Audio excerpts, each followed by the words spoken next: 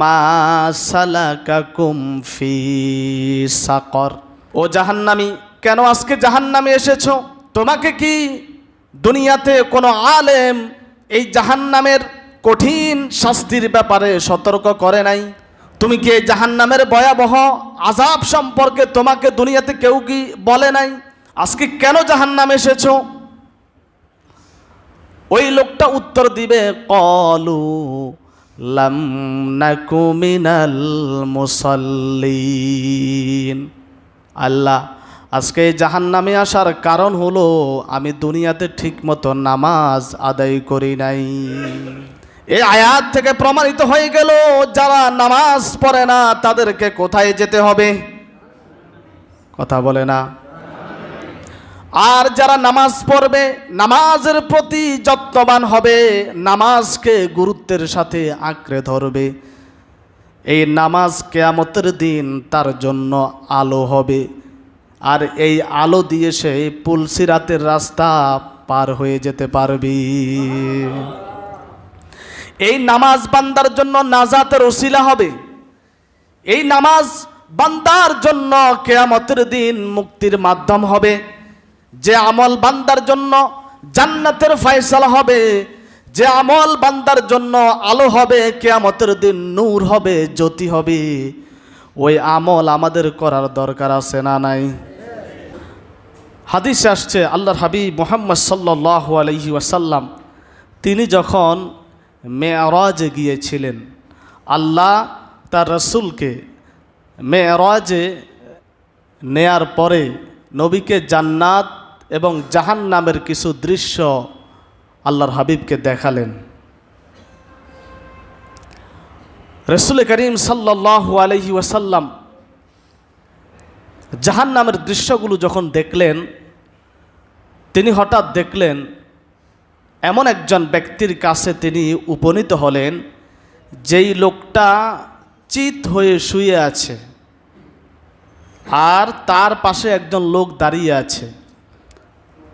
ওই দাঁড়ানো ব্যক্তির হাতের মধ্যে একটা বড় পাথর। কি পাথর? ওই দাঁড়ানো লোকটা শায়িত লোকের মাথার উপরে পাথর দিয়ে আঘাত করছে। আঘাতে ওই লোকটির মাথা চূর্ণ বিচূর্ণ হয়ে যায়, পাথরটি দূরে সরে যায়।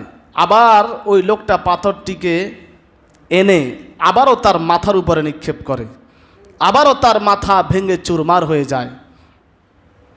আল্লাহ রসুল এই দৃশ্য দেখার পরে জিবরাইল আমিনকে বললেন, হে জিবরাইল, এই লোকটাকে এভাবে শাস্তি দেওয়ার কারণ কি? জিবরাইল আলাইহিস সালাতু ওয়াস সালাম তিনি বললেন, ইয়া রাসূলুল্লাহ, এই লোকটাকে এভাবে শাস্তি দেওয়ার কারণ হচ্ছে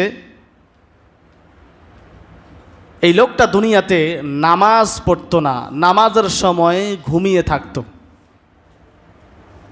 বলেন কেন শাস্তি দিচ্ছে? নামাজের সময় ঘুমিয়ে থাকতো, এই জন্য তাকে জাহান্নামে এভাবে শাস্তি দেয়া হচ্ছে। আমাদের মধ্যে অনেক মুসলমান আছে নামাজ না পড়ে ঘুমিয়ে থাকে, আছে না? ফজরের নামাজ চলে যায় কিন্তু তার ঘুম জাগ্রত হয় না, ফজরের সময় ঘুমিয়ে থাকে, আসরের সময় ঘুমিয়ে থাকে। এমন মুসলমান নাই? তাহলে যারা নামাজের প্রতি উদাসীন, নামাজ পড়ে না, ঠিকমতো 5 ওয়াক্ত সালাত আদায় করে না, তাদেরকে জাহান্নামে এভাবে শাস্তি দেওয়া হচ্ছে।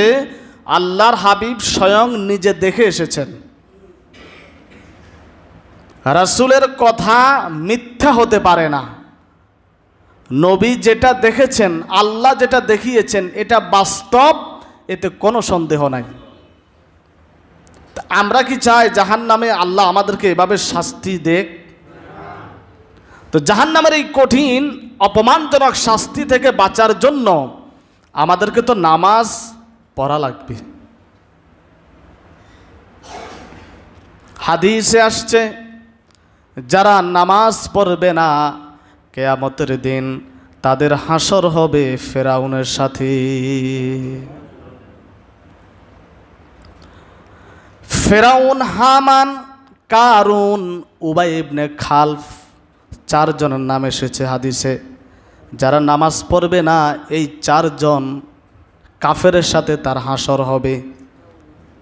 এখানে আমরা যারা আছি নিশ্চয়ই আমরা কেহ এই আশা করি না আমার হাসরটা যেন ফেরাউনের সাথে হয়, আমার হাসরটা যেন কারুনের সাথে হয়।